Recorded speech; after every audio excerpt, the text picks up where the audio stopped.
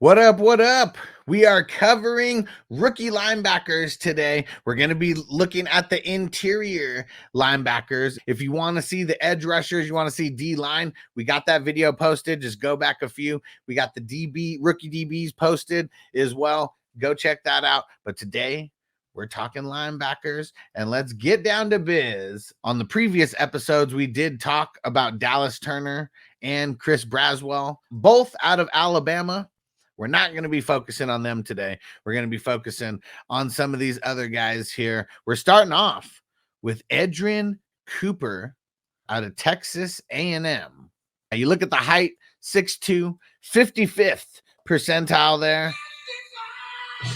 227 amongst like all the beasts who are on the line as well. Maybe that's small. 85.9 is his overall rating here, and the ratings are combined from ESPN draft grades, 24/7 sports draft grades, and rivals.com draft grades. Tackling, that's like his weakest amongst all of these metrics here, but they show 86% in the pass rush, 87% run defense, solid in coverage as well. Projected as a late second rounder, but this is what I'm talking about. Like the top middle linebacker in this class is projected as a late second rounder. That's what I'm saying when it comes to these linebackers not really going high. Second and third round, that's where we're going to find our fantasy bread and butter for the middle linebackers. Second and third round of the NFL draft, I'm talking. Let's look at some of his stats here. Nothing really as a frosh in 2020. 37 solo tackles in 2021, 1 INT, 1 sack, 33 solos in 2022, forced fumble and an INT. So he's making plays. Oh, and then check this out. 2023, 39 solos. So has his biggest tackling year, but also mixes in 2 forced fumbles and 8 sacks as well. That's some dope progression throughout those years at Texas A&M. Edgerrin Cooper, there we go. The top middle linebacker or interior linebacker, whatever we want to call it there.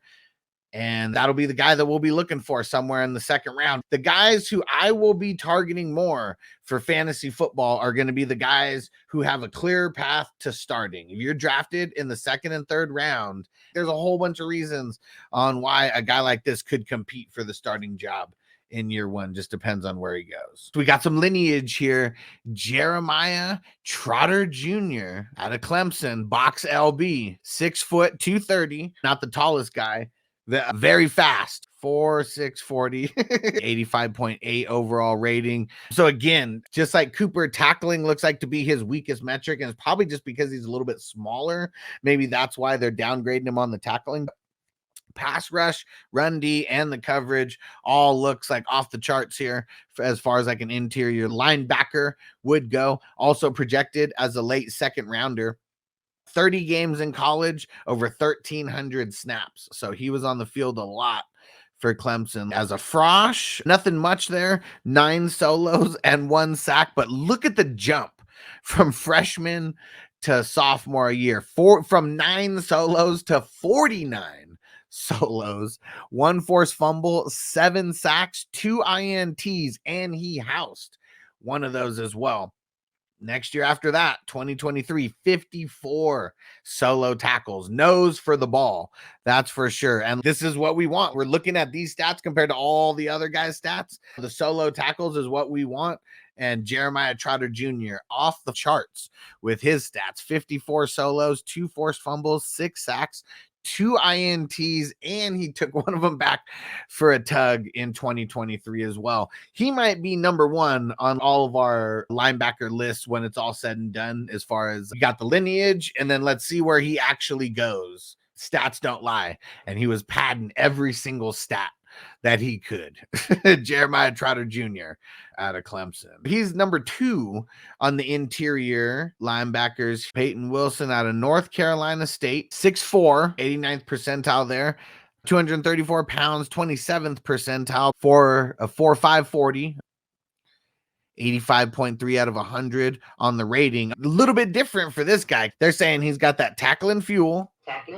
91% on the tackling. Pass rush, not so much. I mean, 75%, that looks like his weakness as far as ESPN, 24/7 Sports, and Rivals.com says. Run defense, pretty solid, 83%. It looks like coverage, though. So he's a guy that they throw in coverage a lot. 89%. Tackling and coverage are the two things where they're putting his strengths, and projected as a late second rounder in college, 45 games, over 2,300 snaps. Peyton Wilson's stats. He's one of those guys who had 5 years of eligibility because he played in 2020. 36 solos as a Frosh in 2019, 1 INT. 2020, 57 solos, 4 sacks, 2 INTs. Stat padding. It looks like he got hurt in 2021 because he only had 2 solos. Comes back, 39 solo tackles, 5 sacks, and an INT. And then you look at last year, off the charts, 69 solo tackles. 69, dudes. Whoo! Padding the stats, 1 forced fumble, 6 sacks, 3 INTs, and he housed one of those. So very nice stats. I know that he's at North Carolina or whatever, but who cares? All we're doing is looking over the stats here, and he was padding those stats. Again, a guy who is projected as a late second rounder. Junior Colson. This is the number 4 linebacker coming out of Michigan here. 6'3", 247, hitting above 75% in both of those categories right there. His 40 time, 4.58, 83rd percentile. The shuttle time, 4.22, 76th percentile. And he's got the hops as well, got the vertical. Overall rating, when it gets pulled from ESPN, 24/7 Sports, and Rivals.com, averages out to 84.9. And yeah, this dude, just his metrics alone, we haven't even got into the stats, but just his metrics compared to everyone else at his position is looking nice. And he's projected as a 3rd rounder, but it's because he's an interior linebacker, and those guys aren't valued super high. Tackling, showing that he's got that tackling fuel. They say that that's his strongest metric when all of these are combined. Pass rush looks like his weakest metric with 68%, and then the run defense and coverage 84 and 83%. So pretty solid there. 41 games, over 1,700 snaps at Michigan. Let's go check out these stats for Junior Colson. Was a Frosh in 2021 and just hit the scene nicely. 28 solo tackles and a sack as a freshman. As a sophomore, 42 solos with 2 sacks. And then in 2023, looks like 40 solos, no forced fumbles, no sacks, but just the tackling fuel. Making those plays. We didn't see any of the defensive backs with any kind of like solo numbers like this, like these interior linebackers. These are the guys that we love for fantasy football. And if you guys were playing in a Devy league where you get points for college players, these would be the kind of IDP guys that we would be going after. We'd be going after some of the top interior linebackers in the NCAA.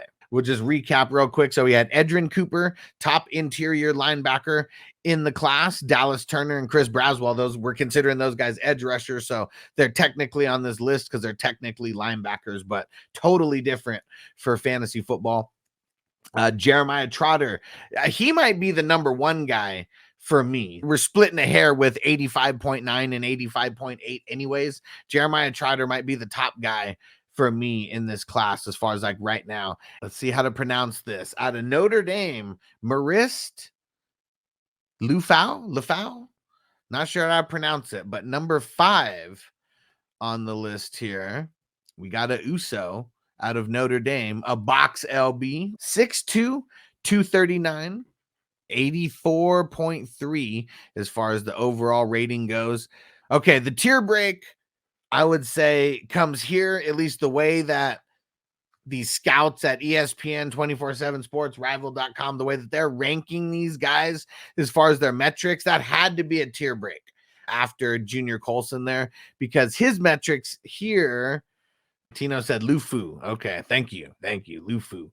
So the tackling, 62%, pass rush, 68%, run defense, 71%, coverage, 86%. So the coverage, even though he's a box LB, the coverage is what they say his best metric is. 34 games in college, over 1,400 snaps. Let's see what his stats were here over at Notre Dame.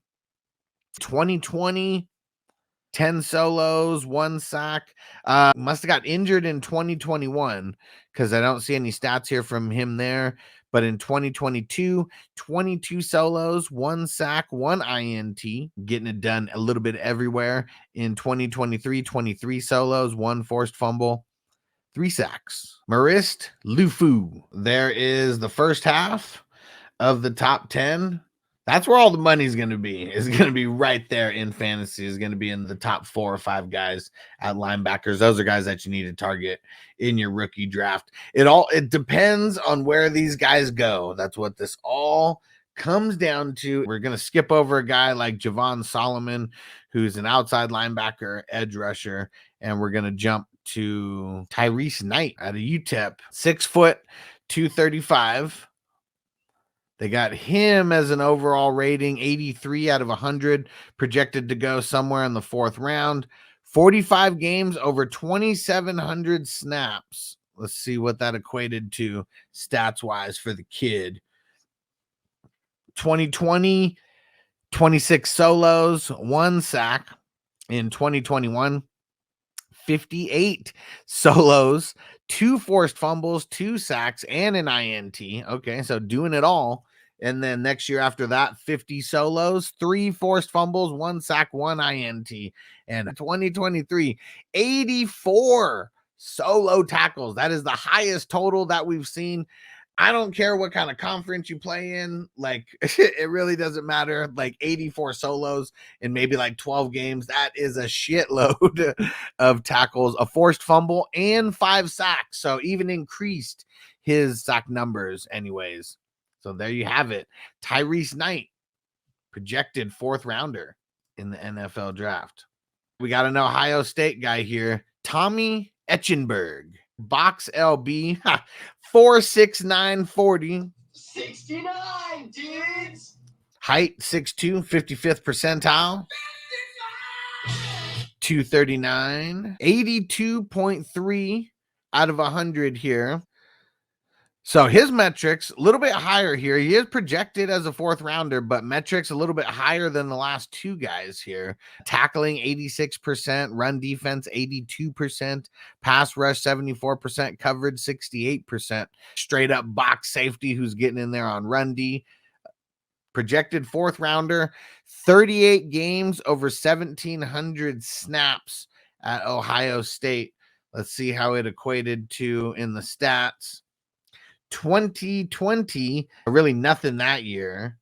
Let's see, 2021, 33 solos. That was a really big jump, 1 INT. 2022, 77 solos, 3 sacks, and 1 INT. That is the 2nd highest total that we've seen in the solo numbers out of anybody. I don't know what happened in 2023. Did take a step back, 40 solos, 1 forced fumble, 1 sack. But there you have it. Tommy Etchenberg out of Ohio State, projected 4th rounder. Now we're going to North Carolina. Cedric Gray, 4'7", 340. 6'1", 232, maybe a little undersized as far as some other guys in the class here. Overall rating, 81.9 out of 100.